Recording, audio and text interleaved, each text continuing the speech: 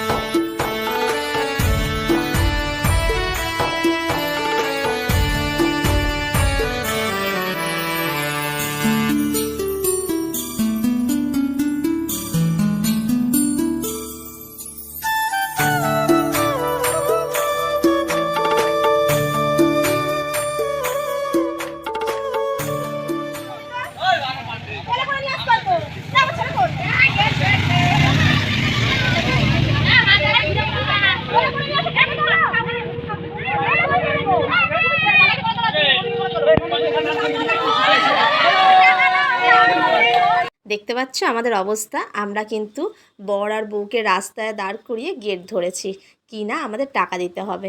হ্যাঁ, এখানে কিন্তু সবাই আছে, ননদ নন্দাই, বাড়ির বাচ্চা, মোটামুটি সবাই কিন্তু আমরা গেট ধরেছি, কি না আমাদের 2000 টাকা দিতে হবে। মোটামুটি আমরা সবাই কিন্তু এই নিয়মটা করে থাকি। আমরা সবাই কিন্তু অনেক আশায় থাকি যখন বাড়িতে বর আসবে, কি তখন আমরা গেট ধরবো, গেট ধরে আমাদের কিছু চাওয়া পাওয়া থাকে সেটা আমরা বুঝে নেব। দেখো, রাস্তায় দাঁড় করিয়ে আমরা কিভাবে টাকা আদায় করছি, তা চলো সাথে থাকো।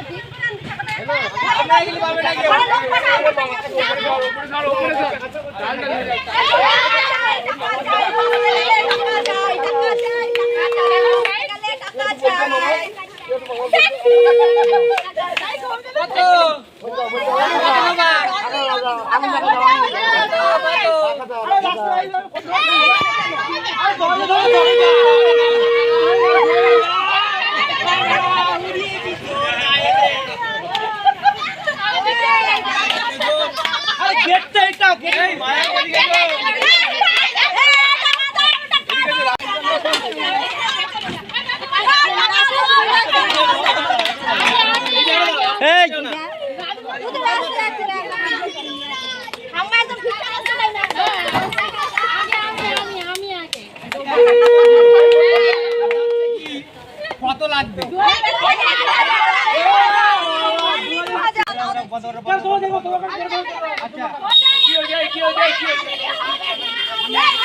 যাইব আসছে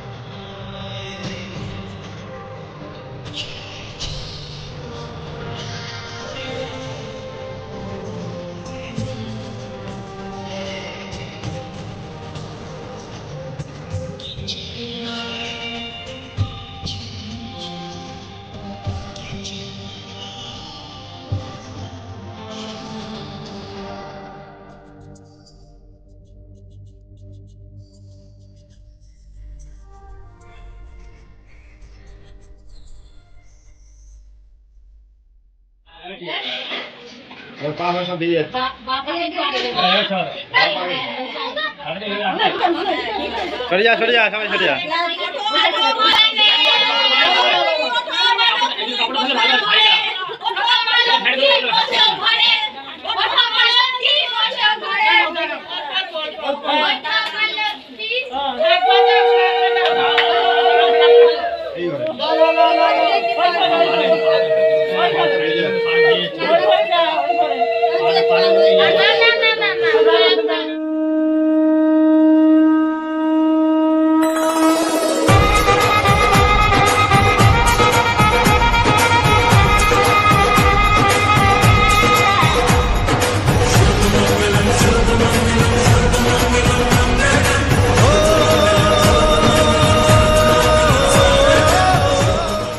এই যে আমাদের মেজো কাকা শ্বশুর গত বছর মারা গেছেন, মানে আমাদের নতুন জায়ের শ্বশুর।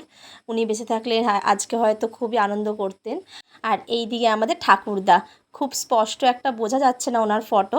দুইজন স্বর্গীয় গুরুজনকে প্রণাম করে ওনাদের আশীর্বাদ নিয়ে নিলেন।